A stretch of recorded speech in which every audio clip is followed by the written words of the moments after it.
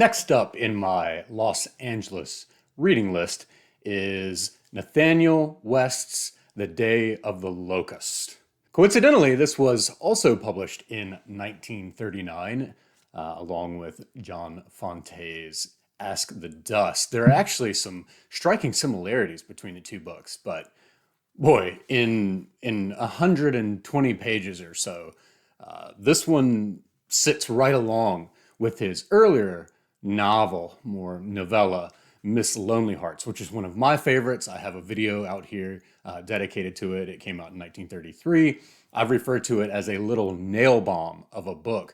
And really, that can also be applied to his Day of the Locust, which is really, whereas Miss Lonely Hearts is his New York novel, this one is his California novel, or specifically Los Angeles and Hollywood. And it's apocalyptic, basically. Todd Hackett is a painter who has moved from the east to Los Angeles. He is working on a painting called The Burning of Los Angeles, which is in metaphorical conversation with the story as it unfolds all throughout. And we'll see in the closing mob stampede scene, which to my knowledge is one of the most, or maybe the greatest, wildest mob stampede scene in all of literature. But we'll see that this metaphor of the painting ties beautifully with the story as it unfolds. But anyway, the painter Todd Hackett falls in love with a girl, Faye Greener, who's an aspiring actress. She's trying her best to make it big as a star in Hollywood.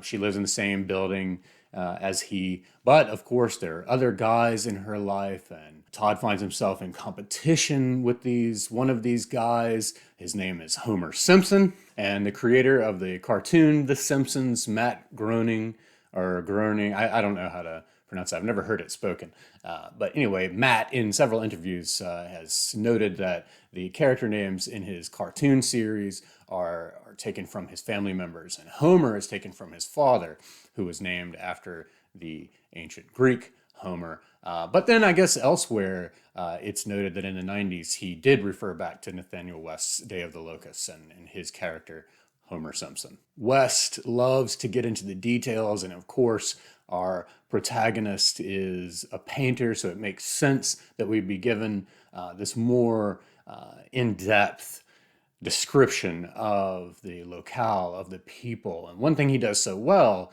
is to describe how much external appearances mean above all else. As he's looking at all the different types of houses, this really incongruous landscape of different architectures. And what he says about it, he sums it up in one beautiful sentence. He says, "Their desire to startle was so eager and guileless." And he means that for both the housing and the people, the way they dress, and these wonderful descriptions that just keep pointing back to the obsession with external appearance. Here he is describing a house in detail. Although made by machine, the hinges had been carefully stamped to appear hand-forged. The same kind of care and skill had been used to make, and of course he's saying care and skill tongue-in-cheek, sarcastically, had been used to make the roof thatching, which was not really straw, but heavy fireproof paper, colored and ribbed to look like straw. In one scene, which is told in retrospect, we see that Faye is so obsessed with her appearance and the sight of what may be a tiny pimple, which would, of course, ruin her chances at being a movie star. She's so obsessed with this that she doesn't even realize that she's talking to someone who has died right there in the same room. Faye is perfectly drawn. She's that femme fatale. All these guys are falling for her, and she's stringing them along. And really, she, like everyone else, she's just empty inside. And you can feel this yearning for meaning and for change, but no real knowledge of how to get there. And towards the end of this excruciating tale, West gives the perfect image of Faye. She was like a cork. No matter how rough the sea got, she would go dancing over the same waves that sank iron ships and tore away piers of reinforced concrete. Of course, the big theme here, which underpins West's other work, is disillusionment. And this is described so perfectly. All their lives they had slaved at some kind of dull, heavy labor, behind desks and counters, in the fields, and at tedious machines of all sorts, saving their pennies and dreaming of the leisure that would be theirs when they had enough.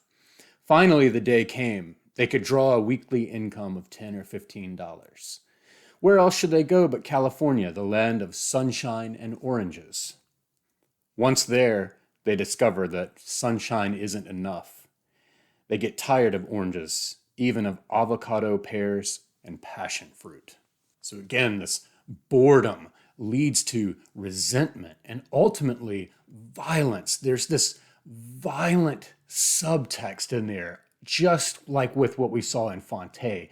And again, not only between human beings and in relationships, but like Fonte with the young calf.